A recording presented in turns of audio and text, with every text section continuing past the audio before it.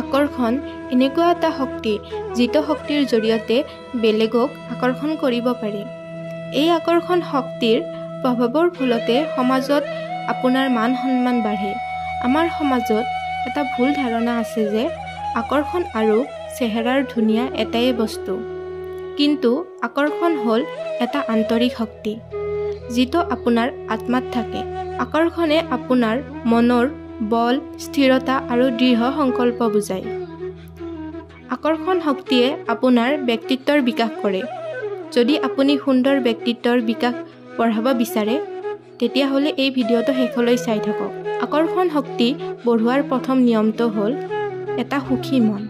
এটা সুখী মন এটা সুন্দৰ ব্যক্তিত্বৰ কাৰক। যদি আপুনি মনৰ ভিতৰৰ পৰা আন্তৰিকভাৱে সুখী থাকিব বিচাৰে তেতিয়াহ'লে আপুনি সদায় ৰাতিপুৱাই ভগৱান বিষ্ণুৰ ওম নমো ভগৱতে বাসুদেৱায় মন্ত্ৰটো জপ কৰিব। এই মন্ত্ৰটো হ'ল এটা মহামন্ত্ৰ। এই মন্ত্ৰটোৱে আপোনাৰ সকলো সুখ দূৰ কৰি আপোনাক এজন সুন্দৰ ব্যক্তিলৈ ৰূপান্তৰ কৰিব। ইয়াৰ দ্বিতীয় নিয়মটো হ'ল আপুনি ৰাতিপুৱাই উঠি 20 মিনিটৰ বাবে ধ্যান কৰক। আৰু আপুনি যদি ৰেগুলাৰ দীৰ্ঘদিনলৈ ধ্যান কৰে তেতিয়া আপোনাৰ শৰীৰৰ বাহিৰত খালী চকুৰে দেখিব নোৱাৰা এখন শক্তিৰ আৱৰণৰ সৃষ্টি হ'ব। এই আৱৰণখনকে য়োগিক ভাষাত অজস শক্তি বুলি কয়, যাৰ ফলত আপোনাক মানুহৰ ভিৰৰ মাজতো বেলেগ দেখিব। ইয়াৰে তৃতীয় নিয়মটো হ'ল ব্যায়াম।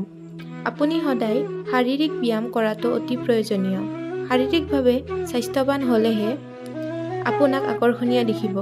আৰু এটা কথা মনত ৰাখিব যে শাৰীৰিকভাৱে দুৰ্বল মানুহ কেতিয়াও আকৰ্ষণীয় দেখিব নোৱাৰে। ইয়াৰে চতুৰ্থ নিয়মটো হ'ল গায়ত্ৰী মন্ত্ৰ। গায়ত্ৰী মন্ত্ৰ হ'ল আকৰ্ষণৰ মূল কেন্দ্ৰবিন্দু। গায়ত্ৰী মন্ত্ৰই আপোনাৰ শৰীৰত প্ৰাণ শক্তি বৃদ্ধি কৰে আৰু এই প্ৰাণ শক্তিয়ে আপোনাৰ আয়ু বৃদ্ধি কৰে আৰু লগতে আপোনাক নিৰোগী কৰি ৰাখে। গায়ত্ৰী মন্ত্ৰ জপ কৰাৰ ফলত আপোনাৰ চকুত এনে এটা চমকৰ সৃষ্টি হয় যিয়ে আপোনাক সকলোৰে মাজত আকৰ্ষিত কৰে। প্ৰাণ শক্তিৰ বৃদ্ধি প্ৰাণায়ামৰ অভ্যাসৰ দ্বাৰাও কৰিব পাৰি, কিন্তু গায়ত্ৰী মন্ত্ৰৰ প্ৰভাৱ বেছি দেখা যায়। আমাৰ ইতিহাসৰ বহুতো মহান ব্যক্তিয়ে গায়ত্ৰী মন্ত্ৰ জপ কৰি নিজৰ ব্যক্তিত্বৰ বিকাশ কৰিছিল, যেনে মহাত্মা গান্ধী, স্বামী বিবেকানন্দ, ডক্টৰ ৰাজেন্দ্ৰ প্ৰসাদ। এনেকুৱা বহুতো মহান ব্যক্তিয়ে গায়ত্ৰী মন্ত্ৰ জপ কৰি নিজৰ ব্যক্তিত্ব বিকাশ কৰিছে।